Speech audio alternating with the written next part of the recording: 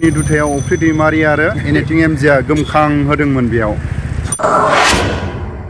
बे जिनिसा मा मार एक्चुअली बेखौ रावबो मोजां बुंनोनो हाया दिनैसिमबो। बे थरथाम स्विचबर्ड बायदि हरनि 2टा समाव एनिथिं एमजे आरो अफ्रि दैमारिया गोमखां होदोंमोन बिटिसि सेक्रेटारिया।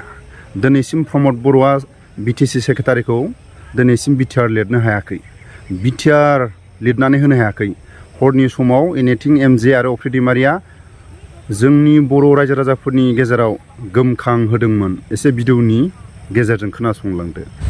मायाव मा इउज खालामो जायखिजाया जों मिथिगौ जे बायखोन्दा नेरसोन, खिन्थु नैबे लाइनाव जानांगौमोन 9था गुथि जानांगौमोन, 9था जानांगौ। बै खर'निफ्राय बे खर'सिम 9था जानांगौमोन।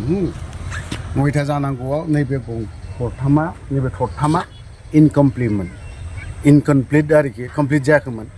जों इन्जिनियारजोंबो सावरायना नायनाय, इन्जिनियारनि जाखिनि दुरबलता राव, इन्जिनियारनि जाखिनि बाथ्रा बुंनाय, गोरा उइक पइन्ट, उइक खोथा, दुरबल खोथा, गासैबो पइन्टआवनो जों रायज्लायनानै मोनथिबाय जे बे खामानिखौ बिलखौ लांजोब्बाय। जाय हक बिलखौ लाजोब्बाय होननानै बुंदों। लाजोबदोंब्लाबो बिथांमोना बे नैबे खामानिखौ कमप्लिट खालामनानै होदों।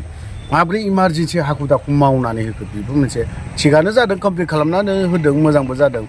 खिन्थु ओमफ्राय आं मोनसे खोथाखौ आं खमाबो बिबावनो नागिरो बर' रायजो राजानाव, जिहेथु सानसे समाव बे सेक्रेटारि गेट मोखाङावनो ना, बे गेट मोखाङावनो आं मोनसे गाज्रि अबस्था हरनि 9था समाव मोननैसो पइन्ट बाथ्राखौ बुंदोंमोन आं। बिटिसिखौ दिनैसिमबो प्रमद बर'आ सोलायनो हाया होननानै बाथ्रा बुंदों। एक्सुवेलि बियो हामारनायबो नङा बे आरोखि बाथ्राया। दा बेखिनि बाथ्रा आं मोनसे अबस्था गाज्रि बा मोनसे फेग्रा मुवा माबायावसो दंमोन, बिनि थाखाय आं गासैबो बर' रायजो राजानाव आं क्षमा बिदों। बेयाव जानो नाङामोन। दा आनफर्सुनेट बेखौ मा होनना बुङो, जाफ्लांबाय। आं मानसियाथ' आरो भुला मावो, खिन्थु जों क्षमा बिलायनो हानाय जानांगौ दे, गावनि भुलखौ क्षमा बिनो हानाय जानांगौ। खिन्थु दिनै जोंनियावहाय दैदेनगिरिफोरा क्षमाबो बिनो हाया। नैबे मोनथाम जिनिसनि थाखायनो आङो बे खामानिखौ बुंनो गोनां जादों। बियो मालाबानो जानांगौमोन बे आरोखि बाथ्रा। खिन्थु बिल लाखांजोबखांनायनि उनावबो जे बेखौ खालामनानै होदों, मोजां जादों आरोखि, बेल'नो। नोंसोर बे हरनि समाव माबा मोनसे निसा लोंनानैबाबो एनिथिं एमजिजों नोंजों बुंनायनि थाखाय बियो जाफुंबाय होनना नों सानो ना?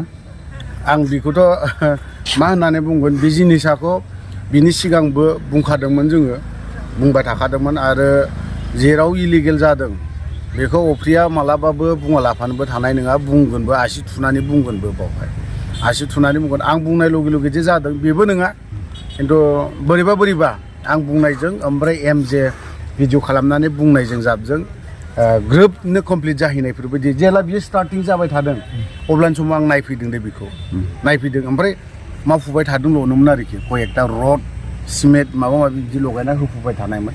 खिन्थु बिनि गेजेराव सप्तासेनि गेजेरावनो कमप्लिट खालामनानै होदों आरोखि बे जिनिसखौ। गोजोननाय थाबाय सारनिसिम। दा स्पस्ट' गावनि खुगाजोंनो हरनि